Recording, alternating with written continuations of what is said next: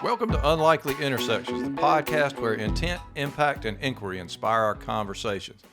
The fascinating thing about intersections is that we all face many intersections daily. The way we navigate these determines the trajectory of our day and our life. I'm really excited today to have a super special guest, someone that I would consider a paper mentor. He's written so many books that I've read, and it's always enriched my life. We have got with us a professional philosopher, former Notre Dame full professor, Dr. Tom Morris. Tom. Good to be here, man. You guys do some interesting stuff, and it's a joy to be included. Well, tell us a little bit about how you ended up doing what you do now, and a little bit about your journey so our listeners can hear more. Well, you know, I would never have guessed what I'm doing now. It's pretty amazing. My mom said to me in high school, she said, "Look, there's no money for college, so figure out what kind of job you want to do as soon as you graduate." All my friends were applying to college, and so I thought, well, this is I want to go to college too. You know, we got a letter in the mail. I had been nominated for a Morehead Scholarship, and we had to kind of ask around, okay, what does this mean?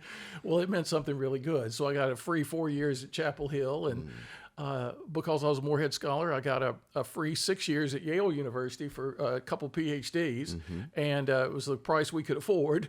And I kind of followed my heart. It was like my mother convinced me to major in business when I got to Chapel Hill, but I took a religion class that was really amazing. In fact, the guy was so good, you forgot to take notes. And then I had a philosophy class that was just as good. And I thought, well, this is stuff I love. I had always been a smart kid, but I'd never really had a life of the mind. I knew how to memorize stuff, how to do tests, but nobody had awakened me to the excitement of ideas, intellectual discovery. And so these guys did it. And so I said, well, that's what I want to do for people the rest of my life. So I ended up being a professor at Notre Dame for 15 years. And then businesses started asking me, hey, did the philosophers ever talk about success? Well, that's not the kind of stuff I studied. Let me look into it. And that started a global enterprise of bringing ancient philosophy and modern wisdom into businesses and organizations of all kinds. So I left Notre Dame 27 years ago, I guess it was.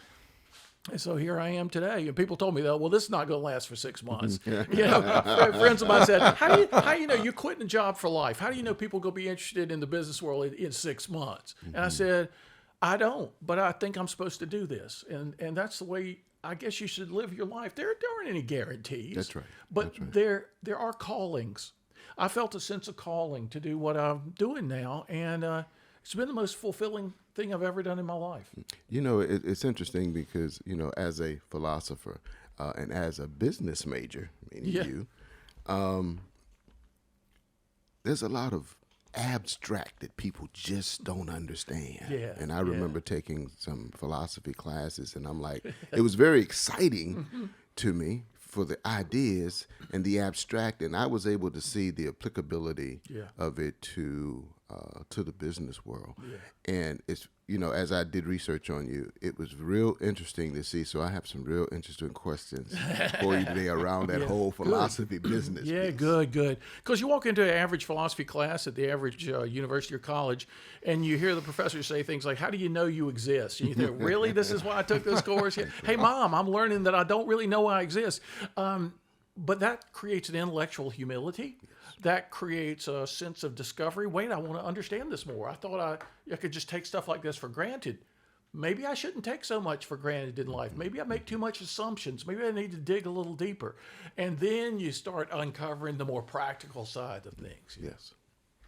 Well, it kind of reminds me, I changed careers about 7 years ago, I guess, from vascular surgery to executive leadership. And that was a big shift. And, you know, folks kind of said, did he fall on his head? I mean, they were asking my wife, you know, did he fall and bump his head? It sounds like you had a similar experience. You know, I really did. And my dad gave me great advice when I was a kid. He said, life is supposed to be a series of adventures. The ones you've been on already are preparing you for the next one, often in ways you can't even imagine.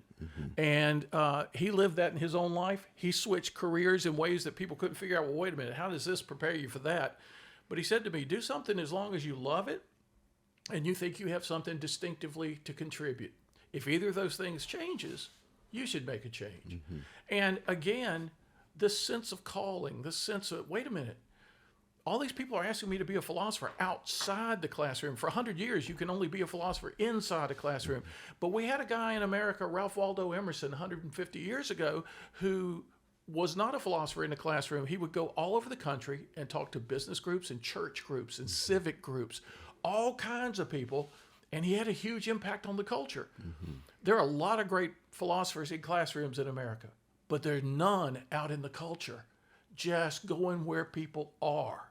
You know, you wanted to philosophize with me back in the day, you had to come to Notre Dame. Right. I want to come to you. You know, I want to find out what people's problems are, where they live, where they work, and I want to bring them the wisdom in a way that's convenient to them. It's just been life-changing for me. You know, as I did a little bit of research on you, I saw this book that really caught my attention, and it was If Aristotle Ran General Motors. Tell us a little bit about that book. Well, I had done about 10 or 12 academic books, and it was the early 90s, and people were asking me. An Oldsmobile dealer called me up, and he said, hey, we have this meeting every year in the Midwestern Oldsmobile Dealers Association, and we always have a motivational speaker. And they always say the same thing: set goals, aim high, believe in yourself, you can do it. He said, is there anything deeper than that? I said, well, let me look into it. Looking into it became the book called True Success that came out in 1994, a deeper view of what success really is and how to attain it in your lives, drawn in on all the great philosophers. Mostly having to do with goal setting and all the things the philosopher said, kind of 7 tools to use to make good things happen in your life. And I was touring around giving talks on that topic, and it occurred to me, wait a minute, there's more to success than just goal setting. There's relationship side of success. There's relationship building. Nobody ever does anything great by themselves. Look at the 2 of you guys at this table, right? That's an example. And so I said, I got to look into what makes for great relationships, great teams, great communities, great companies. And I'm going to look at what the philosophers said about that. And I kept getting insights from Aristotle. And actually, I got to be honest, I can't take credit for the title. I gave the book to a hospital president. And he read it. He said, man, this is one of my favorite books I've ever read. He said, but I hate your title. And the title was called Reinventing Corporate Spirit. And that was back in the day when reinventing was a thing, you know. And but nobody had put it in context with the term spirit. And I thought it was a cool title. He said, it's a boring title. I said, what kind of title do you think I should? He said, why don't you come up with something like, I don't know, If Aristotle Ran General Motors. I said, oh, bingo. And so I went back over the book. I did a little more research into General Motors. I did a little more research into how I can juxtapose the great philosophers and great organizations and great teams and great people. And all of a sudden that became the book. And more CEOs have said to me, I've got 30 titles in print now, but more CEOs have said, If Aristotle Ran General Motors is how I discovered you, because I was walking through a bookstore one day, I saw that title on a shelf, and I said, I got to read that one. So you can't judge a book by its cover. That's right. Thank you, people, for judging that book. That's awesome. That's an awesome story. Yeah. Well, you know, I have to plug this one because it's what I happen to be reading right now. Plato's Lemonade Stand, and I know from talking to you this is an interesting journey, just how it even got to be, without even the content. But you know, let's hear a little bit about that process. Plato's Lemonade Stand is about how to deal with disruptive change. Boy, and it came out in January 2020, right before the biggest disruptive change in modern history. And people said, what are you, some kind of genius? You know, you knew that we're going to have this huge pandemic. We're going to have this huge challenge. I said, no, listen, this is what I am. I'm not a genius. I maybe the opposite. I said, I've been working on this book for 15 years. I've rewritten it 25 times. It's been turned down 44 times. I've had to use the advice of the book through the Great Recession, through the loss of family pets, through all kinds of challenges. I said, what happened is, long ago, an organization was being bought by a larger company, and they called me. I'd spoken to this company being acquired. I had spoken to them a number of times, their executives, and they said, look, the day the sale goes through, our boss gets $20 million, when the rest of us probably won't even have a job. What can you do to help us think about disruptive change and uncertainty? Can you give us a talk? I said, okay, I'll come up with something.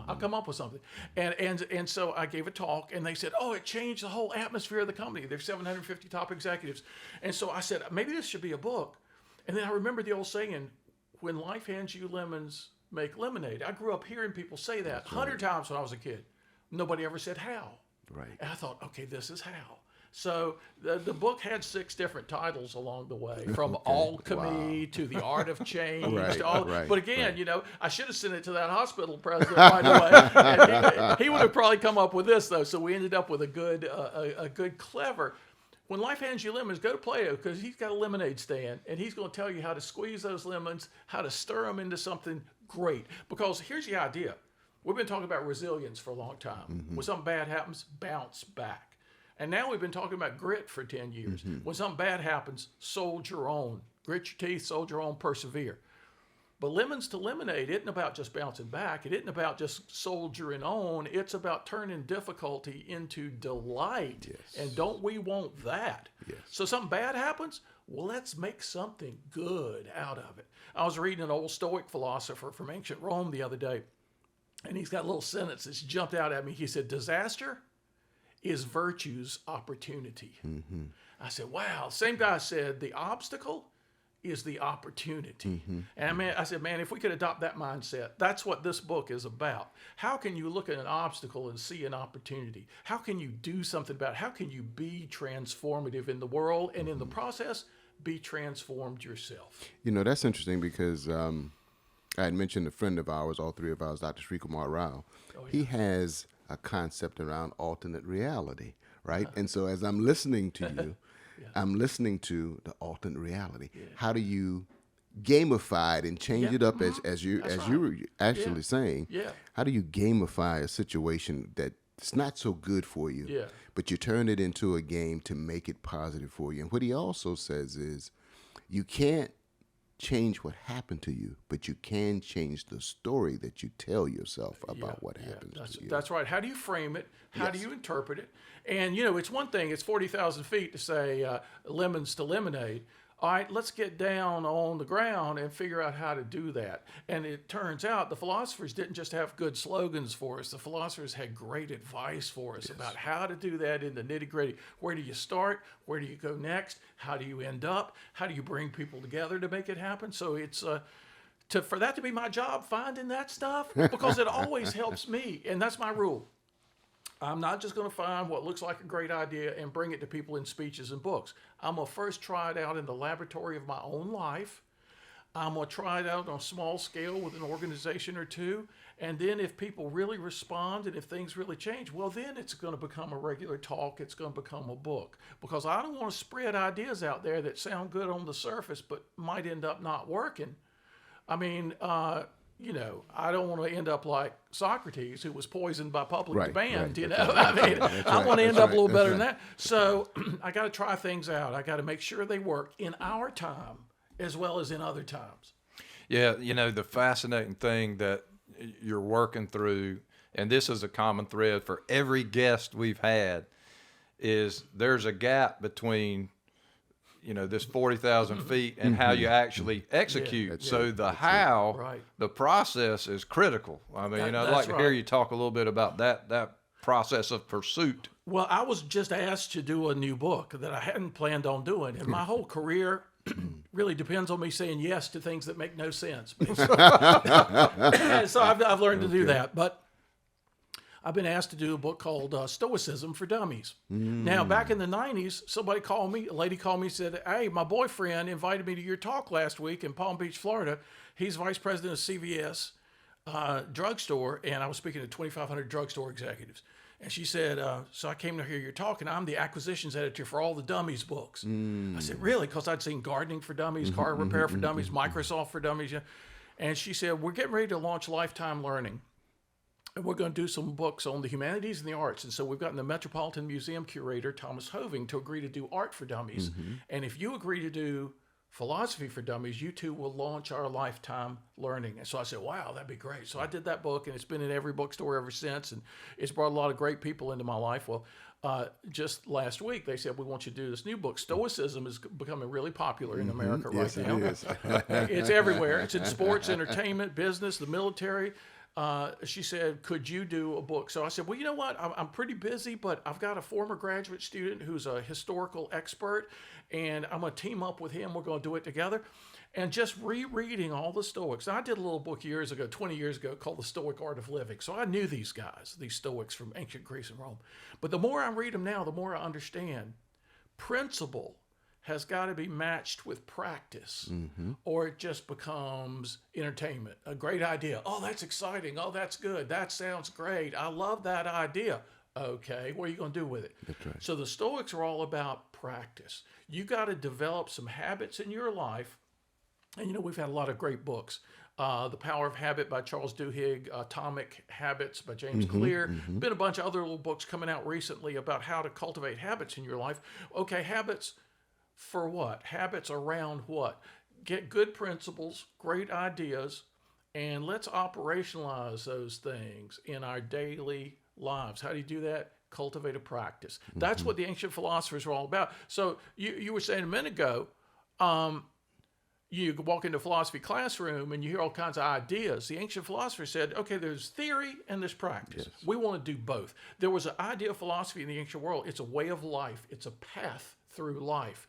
It's very practical. You say that to people nowadays, really? Philosophy, practical? They think it's the least practical thing, the most theoretical thing. Nope, there was a split about 100 years ago, and philosophy in the universities and the schools went in the theoretical direction out of jealousy over the sciences, which used to be part of philosophy. There was natural philosophy, astronomy, cosmology, chemistry, biology, and there was moral philosophy, which is about, how to know, how to be, how to do.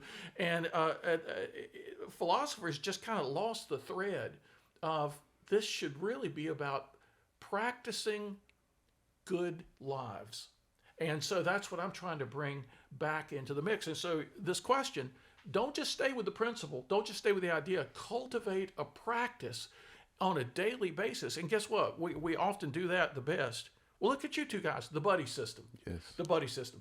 It's hard to do anything great by yourself. That's the truth. And we've forgotten that because our culture celebrates the great person, the single great person, this woman, that man, or this institution. Wait a minute. It's always an ecology. It's always a bunch of folks getting together and doing things together they couldn't have done alone. It's interesting. One of Dr. Brown's favorite words is interdependence, right? Oh, yeah. I love that. Yeah. And so there is an interdependence in everything we do. I always chuckle when I hear people say, well, I don't trust this person, or I don't trust that person, and I don't trust going into that particular location. I'm like, well, you trust people you don't know every day. You trust the mechanic that fixes your car. When you get on the airplane to go to your vacation, you trust the pilot, and you don't know the pilot. So let's move away from you don't trust them. Yes, you do, because we're all interdependent. Yeah. But it also reminds me of the book by Jeffrey Pfeiffer, I think, The Knowing Doing Gap. Yeah. Knowing what you need to do, but not knowing how to do it. How do you close that gap? Yeah, that's exactly what you were speaking about. How do you close that gap? And then pretty soon you're talking about habits, Yes. You're talking about those things that you do without even having to think about it every day, And there are all kinds of tricks and tips and techniques about how to make that happen. For example, I married a dental hygienist, and I was really bad about flossing my whole life. And she kind of just at a certain point kind of gave up about flossing. And I read one of these books. About habits. And I realized, wait a minute, you adopt a new habit better if you think of it as part of this new activity, not just as something you will do, but as reflecting something you are. So I started waking up every day. And this is just months ago or a year ago. I started waking up every day, and when I would go to brush my teeth, which I was good about, I would say to myself, I'm a flosser. I floss. All right? I'm a flosser. I floss. I was counseling a young woman the other day who wants to be a writer. She said, I need to get up and write something every day. I said, well, wait a minute. You're talking about an activity, something you need to do. Why don't you get up every day and say, I'm a writer. I write. start thinking of that as part of your identity. It's going to be harder for you not to do it during the day. Now, see, the bad side of our politics right now in America is that people have all kinds of beliefs about all kinds of crazy things that they embrace so tightly it becomes part of their identity. And that makes it hard to change. Man, don't I want good things to be part of my identity and they be hard to change? Wouldn't that be the magic formula? So I get up every day. I'm a writer, I write. I'm a flosser, I floss. I mean, the list is getting a little long now for all the things I have to do every day. But if you think of it as part of your identity, it's going to be a hard thing to shake you out of.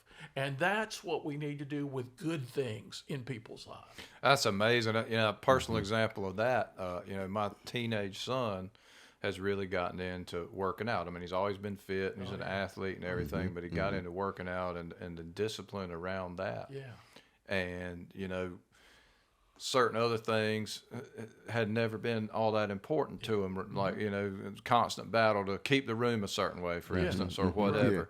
And then I was just having a conversation with him the other day, and he was talking about how when he's bringing all this discipline to his life around working out, it doesn't make sense not to have discipline in several other domains, right? And he came to this on his own, it's a practice that he's put into his life that, really changes things. And it's transformational. It is transformational. And one of the other things I'm learning from the Stoics as I reread all these ancient texts these days is that they all recommended hanging around with the right people, having the right mentors, having the right mental models. And like when I was 58 years old, I'm 70 now. When I was 58, I saw a lot of people in my neighborhood that were older than me who could barely walk down the street. They were in such bad shape.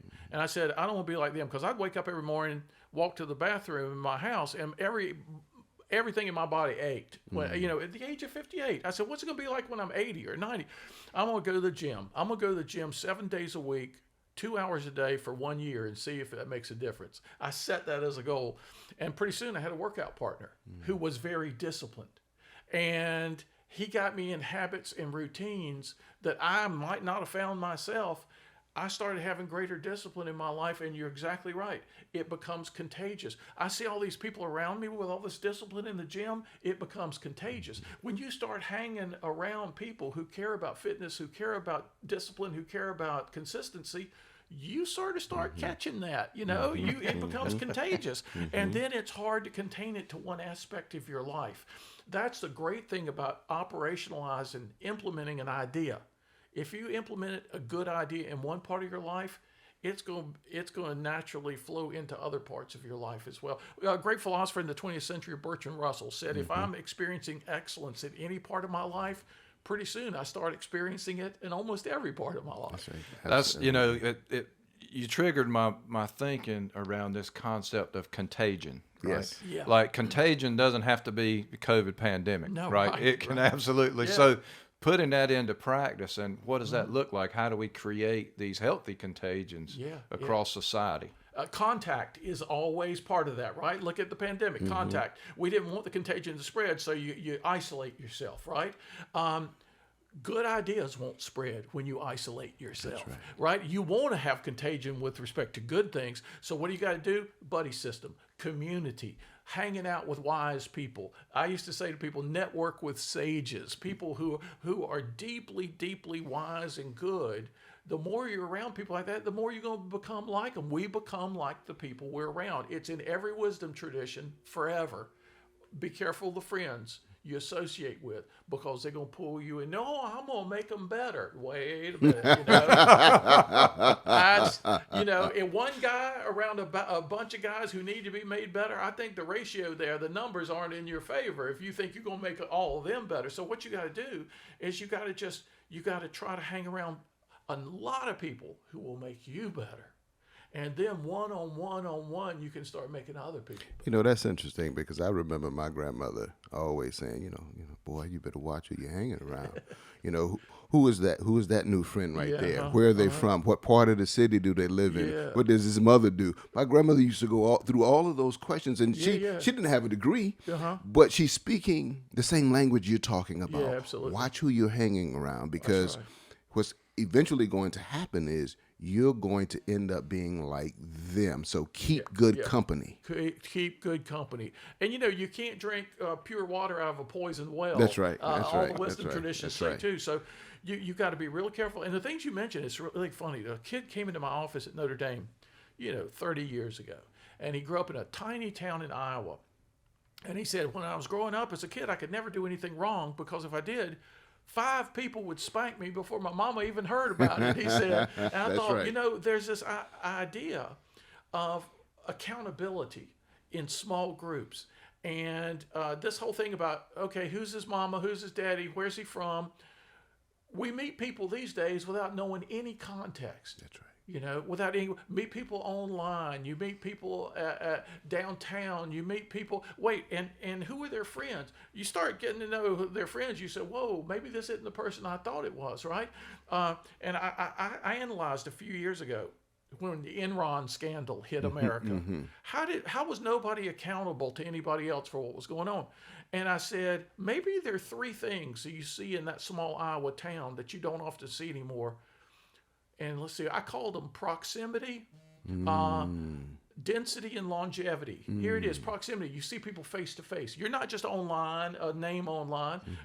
You're around people all the time. You see how they act to the waiter, the waitress in the restaurant, to the guy in the retail store. You see how they interact with people. So that's proximity. Density. You don't just know them. You know their uncle and aunt, and you know their cousins, and you know their mama and their daddy. So you know where they come from. And longevity. You've known them for a long time. Y'all went to school together. Nobody's going to treat anybody else badly in this situation because you've been friends for 30 years and you're going to be around each other for 30 more years. And so it matters how you treat people. When you drop away in a mobile society, you drop away proximity. You're not face-to-face anymore. You're just over the phone. You're just over the keyboard. You drop away density. You don't know their relatives, their friends, their ecosystem, and you drop away longevity. I'll never see this guy again. People do all kinds of things they wouldn't do in a matrix of closer community. That sounds real familiar, doesn't it, Terry? Yes, Like we've done an episode on proximity, actually, and how important that is. Yes. And, I think we're scratching the surface, Terry, of the question you've asked on numerous episodes about what happens after we leave the high school, right? Yeah. Our friends, because I told Dr. Brown that I like to do business with guys that I sweated with, I cried with, and I bled with. Most of these guys that I played ball with, right? And then the question happens is, what happens after we leave high school? Because that's a bond to me that it was built over.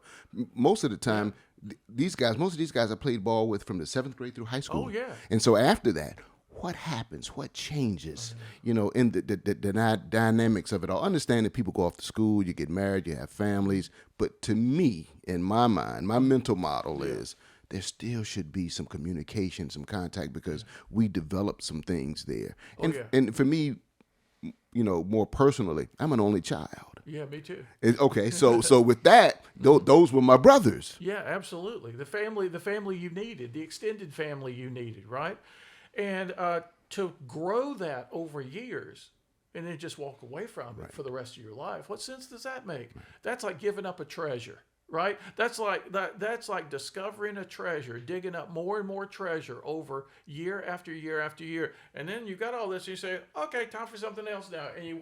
Now, life is supposed to be a series of adventures, but that doesn't mean you can't carry your crew with you into the next adventure. You should. That's right. Even if it's only an advisory sort of way, But some of the most successful business people I've known, they've gathered around them in a business context, people they've known for a long time in other contexts.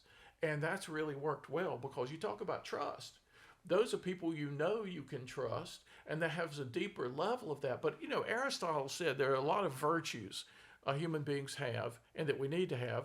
And the word virtue, well, the English word comes from a Latin word, virtu, that meant strength or power or prowess. So a virtue is supposed to be a strength you bring to any situation. And Aristotle thought the chief virtue is courage. Because if you don't have that one, you're not going to have any of the others when crunch time comes. You're not going to be using them. So we talked about trust a minute ago. People say, well, I don't know if I can trust him or her or this situation. Well, sometimes you just have to be courageous and give your trust in a situation where it makes sense. And other times, the courageous thing to do is to ask difficult questions and check out somebody before you go too far down the road with them, That's right? right. Like you were saying, you got to, where is he from? What part of the town? Who his friends? Who his parents? You got to ask these questions. And a lot of people just embarrassed to ask those questions. They're afraid to offend somebody. That's courage too. Aristotle said courage isn't just the guy in a battle. Courage is an everyday thing. And he said every virtue tends to be the midpoint between two opposite vices. With courage, a situation of risk or danger, the too little is cowardice. The too much is foolhardiness. Courage isn't foolhardiness. Courage is this great midpoint. It's like the Goldilocks zone, just right, just right. That's so powerful. It kind of reminds me of our friend Ryan Berman, right? The Return That's on right. Courage That's is the name of his book. Oh, wow. And I want to explore this a little bit deeper with you, because this concept of courage and ultimately I think also how it is a demonstration of whether you pass the test or not of what your true values are. Yeah, right. So, right. How does that play through from the great minds? So you see organizations all the time who have beautiful statements on a wall that may not always resemble their behavior when it gets more difficult, right? Oh, yeah. And so play through that with us a this little. is a really important question that came up just the other day. I came home from a talk in Nashville, Tennessee, and usually I rest for a few days when I've been traveling, but I had 3 book clubs, 3 nights in a row, 90 minutes each, over my newest book that just came out a few months ago called The Everyday Patriot, How to Be a Great American Now.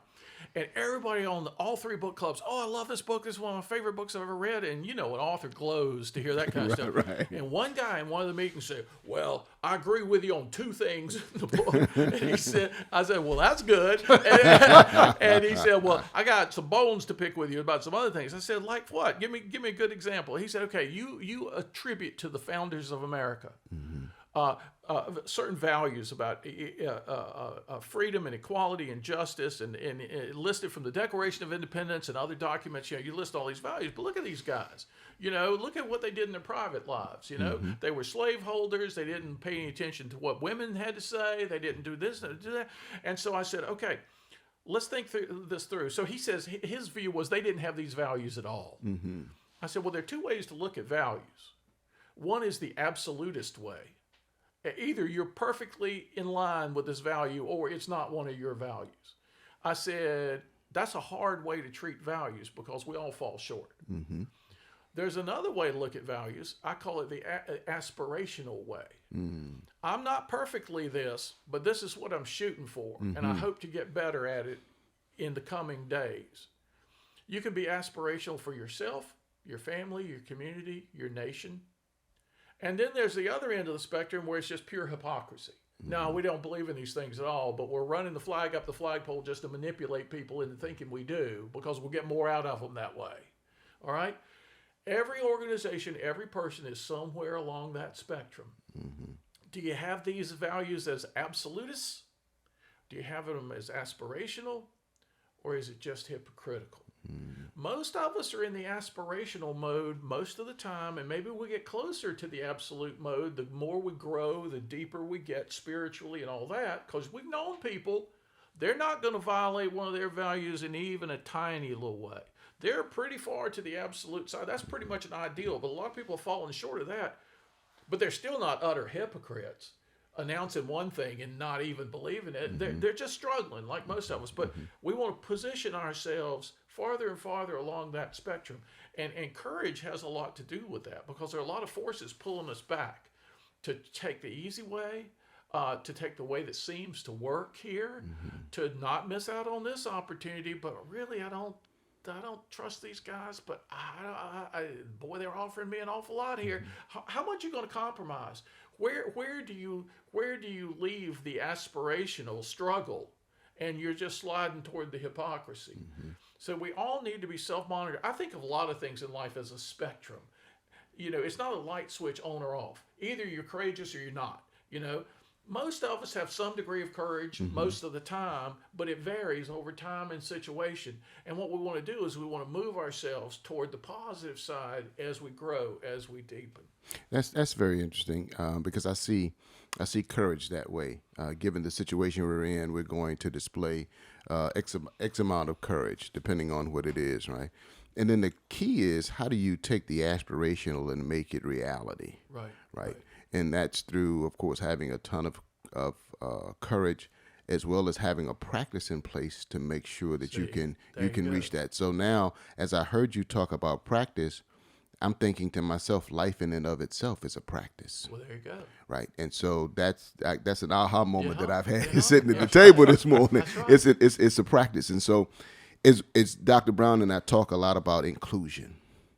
And we know that that's been a challenge throughout the country, and especially within organizations. Right? Oh, yeah. And we understand the business case of inclusion because Scott Page at Michigan wrote the book years ago, The Difference, and so the numbers are there. And so many organizations speak to the aspirations of wanting to be inclusive. But how can we get them to really practice? Many of them have DEI departments, but the real practice is still not happening. It's still a smoke screen. It is. That they put up. Given the philosophers, how would they see inclusion? Philosophers tend to think big and act small. You have a big idea, you have a big dream. Well, if you don't figure out some pretty small deeds to do to support that, it's just going to be a dream. And so you've got to assign some people, some small team, someplace. Y'all are going to be judged entirely on how you embody this new thing we care about called inclusion. You're going to be judged entirely on that. So come up with a plan. How are you going to operationalize this in our organization? And you're going to be judged on how well you actually make it happen. Not on what people are saying, but what are people doing? I confronted this whole idea about inclusion and diversity in the book If Aristotle Ran General Motors, which came out in 1997, so quite a few years ago. And it occurred to me, the more you understand getting together a group of people who have different experiences, different perspectives, different knowledge, different frames of reference, you strengthen an organization because you're less likely to be blindsided by something nobody saw coming. Whereas if everybody thinks alike, there's so many blind spots you can't even number them all, right? That's right. And so most organizations are that way. They hire people who are like them, who think like them, who look like them, and they're just creating massive, massive blind spots. They think they're creating strength because I know I can trust him. He's a lot like me. I know I can trust her. She's a lot like me.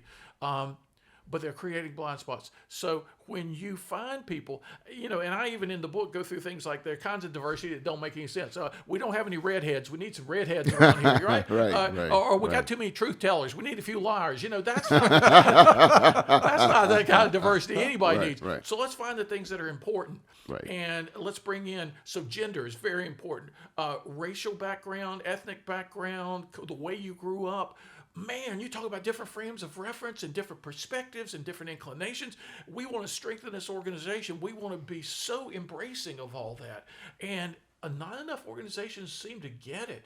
So they know they're supposed to be saying that now, talking about it.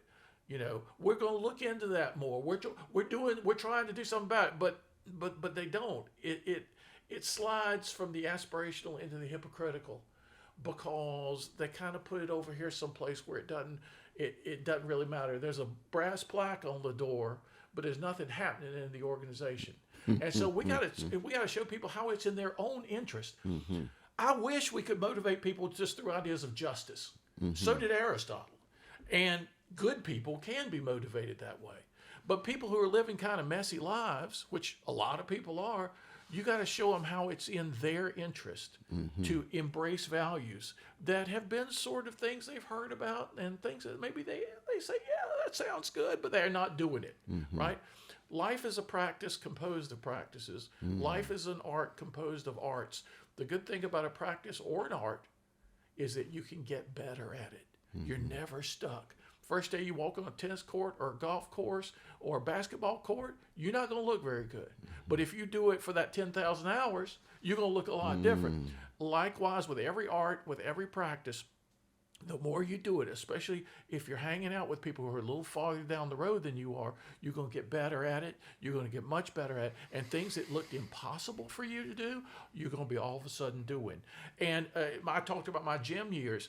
I had never bench pressed before. I started off so an old guy my age benching 85 pounds. It was a Smith machine, and so you add up the bar and all this.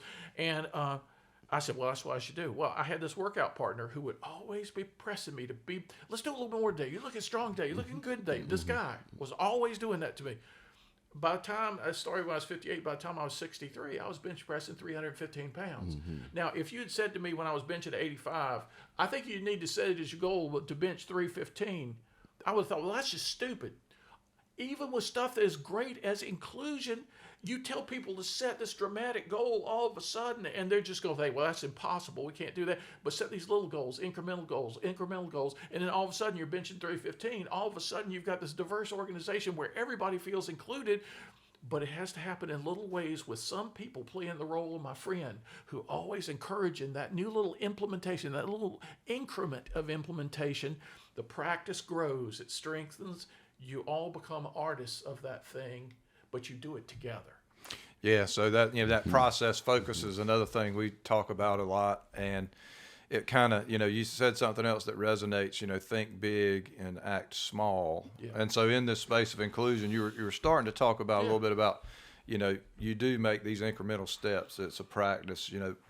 What would that actually look like in an organization? Yeah. Right? Because people. They get stuck because they don't know how to do, right? So we're going to talk a little bit about what does that actually look like inside, maybe it's a Fortune 500 company or something that's trying to get on that journey. Where do all these things interface, right? The small actions, the courage, et cetera. How does that play out over time? Well, Plato's Lemonade Stand, the book we started talking about today, the first half is about the change that happens to you. The second half is about the change that will only happen because of you. And that's where this kind of question comes up, right? And the part of the solution is you've always got to gather a group of champions of change. You've got to find the people who are already committed to this idea, already believe in it, and they're going to spread the word. I mean, you find this, throughout world religions. You don't just have one guy. You have a guy and 12 close people, and one of them falls away, but the other 11 do a pretty good job. And so you've got to start with small masters or champions of change, and you've got to start where the action happens, not just assign this to a team of people who are off in a corner someplace in the company, but make this happen with respect to managers who are accountable and responsible for results all the time. Win over some of these people, be able to show how this works. Include people you wouldn't include in conversations, in decision-making conversations. That isn't so hard to do. Any manager can do that. Bring in Kathy. We've never asked her what she thinks before about something like this. Brainstorm with your people ways that you can practice this every day. And that is the only way the talk becomes action. It's got to be small things. It's got to be, let's convene a group to talk about this and bring in people we've never listened to before. And boy, I tell you what, it's interesting in organizations. When you start bringing in more frontline people, in a lot of organizations, you're going to thereby get more diversity, more inclusion right there. People are going to feel, people who haven't made it up to that pinnacle in the organization just because they didn't look like the people at the pinnacle already, right? You're going to bring in a more diverse group, and they're going to advise people who are going to say, you know what, we need to include her more often. We need to have him in on these decisions more often. And then that starts to percolate through the organization. But it's slow. It rarely happens overnight. But you know what? It's way too slow.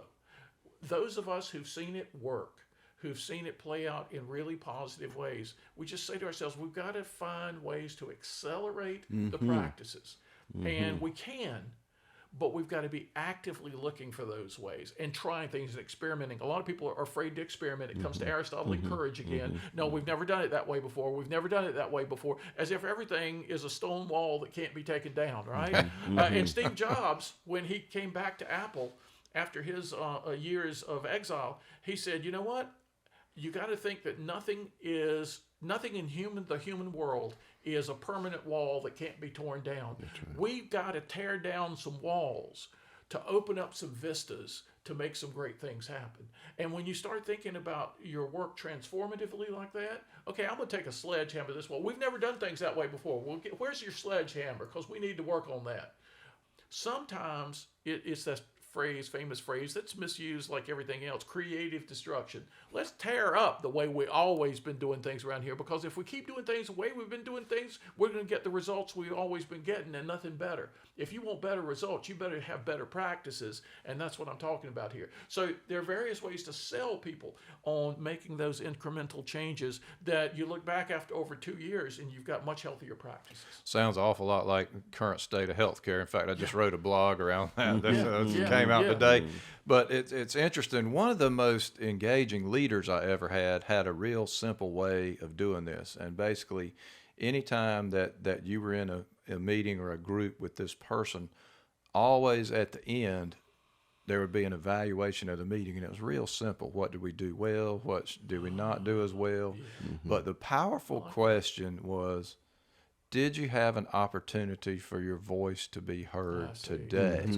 And the fascinating thing about that particular practice, and it was a practice because it was every time, right?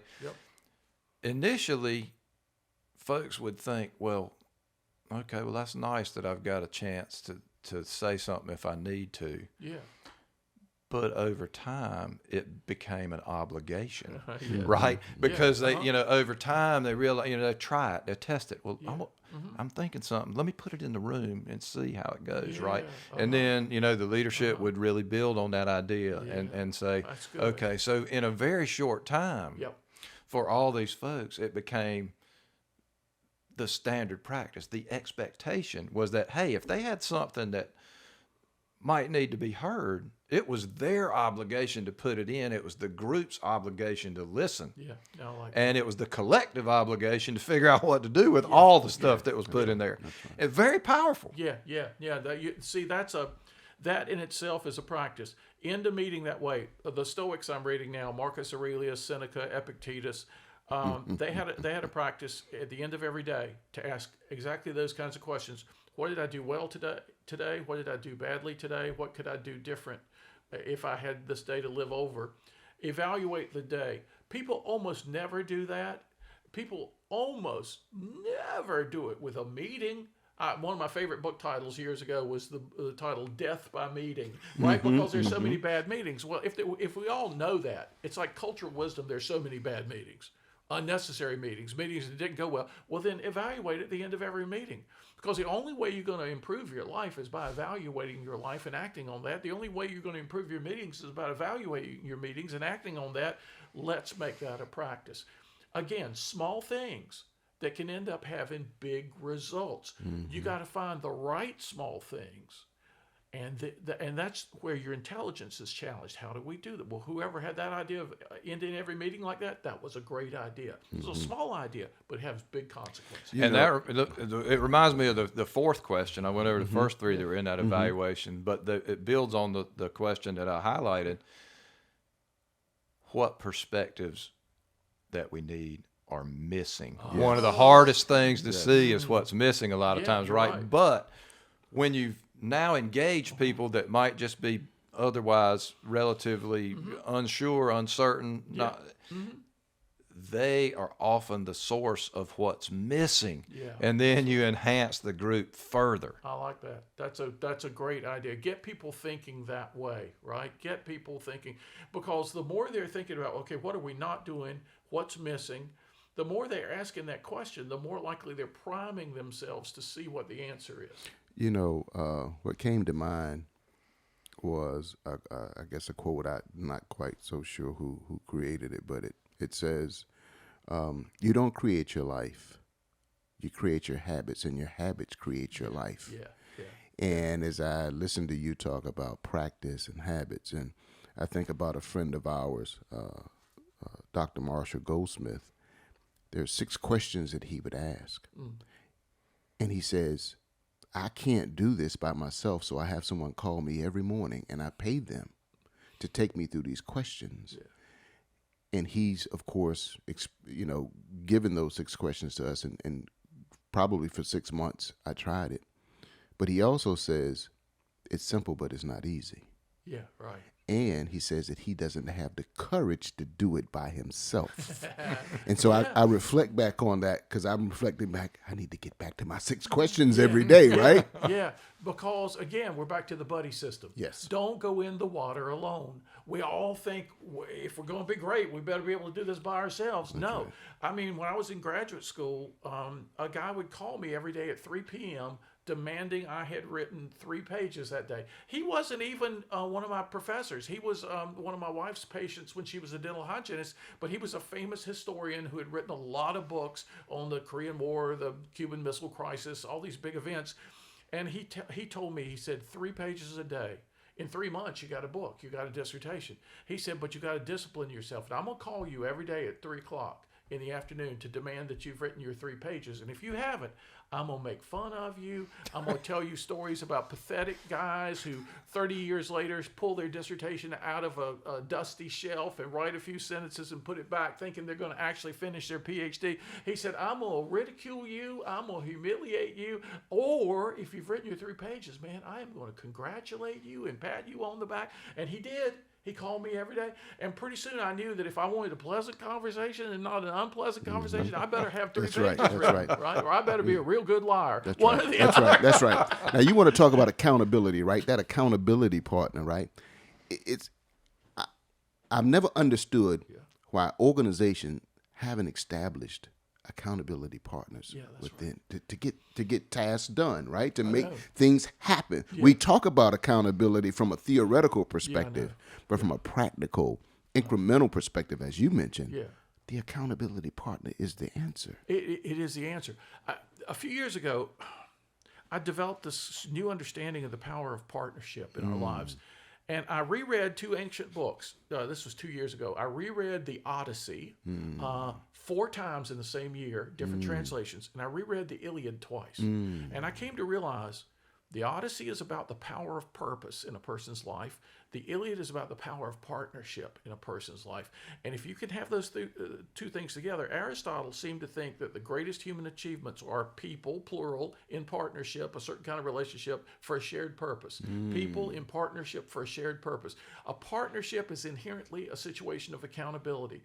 It's the buddy system. You cannot do this alone. Do not go into the water alone. Take a partner with you, right? And so when you understand, once you get that understanding, you see all these great books like Dracula. I read that a few years ago for the first time in my life. And it's about a great evil, a guy who's cultivated himself to be so powerful that nobody can stand up against him.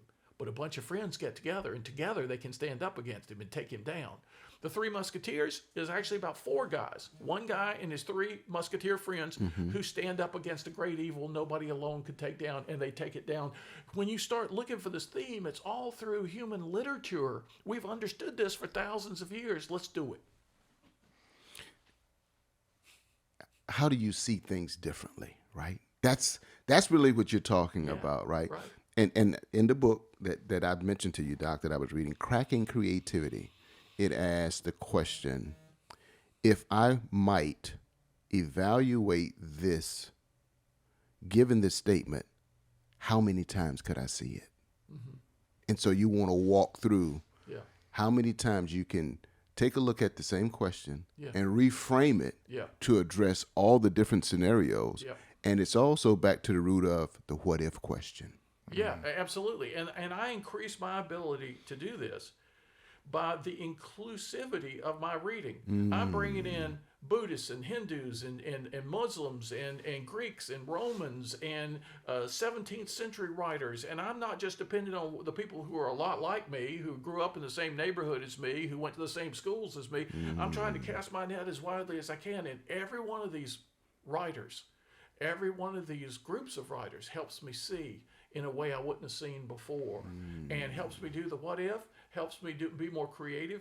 My granddaughter wrote out something that I posted on my laptop years ago when she was in high school or middle school. See what everybody else is seeing, but notice what nobody else is noticing. Something like that, think creative, think differently. And you do that by exposing yourself to diverse sources of perspective. And that could be with the people you hang out with, that can be with the people you read, and you make yourself more able to switch into different perspectives, and one of them catches exactly what you needed at that moment. But if you had just thought the way you were always thinking, like they say, you're going to get what you're always getting. You got to think new. That's right. That's right. Well, I tell you what, we could go on with this conversation. I feel like forever. Yes. I'm enriched. I'm excited, and I want to thank our audience for joining us today. Hope you got something out of it. I hope you'll go to YouTube and check this out. It'll live there at our page, Unlikely Intersections. It will live on Facebook, obviously. It'll be on our website, unlikelyintersection.com. If you need to catch me, you can catch me on LinkedIn at Doc Philip Brown. I also am excited to announce that I've just launched a new website, docphilipbrown.com. Awesome. Terry, if they want to catch you, where would that be? You can catch me at LinkedIn, Terry Jackson, PhD. You can also catch me on Facebook. It's been a great pleasure this morning just listening to what Doc Brown and I, a lot of what we've been talking about, right? And that is having different visions, being able to see and to think and to co-create, right? Yeah.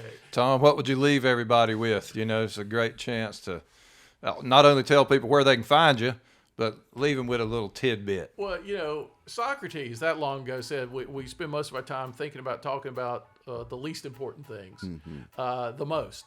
We need to spend our time talking about the most important things.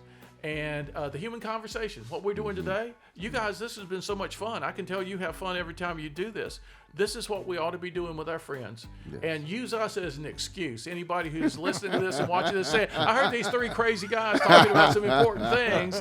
And so that way, bring it up with your friends. What do y'all think about this? And illumination will happen. Awesome. Thank you so much for that. All right. Yeah, well, we will see our audience back at the next intersection.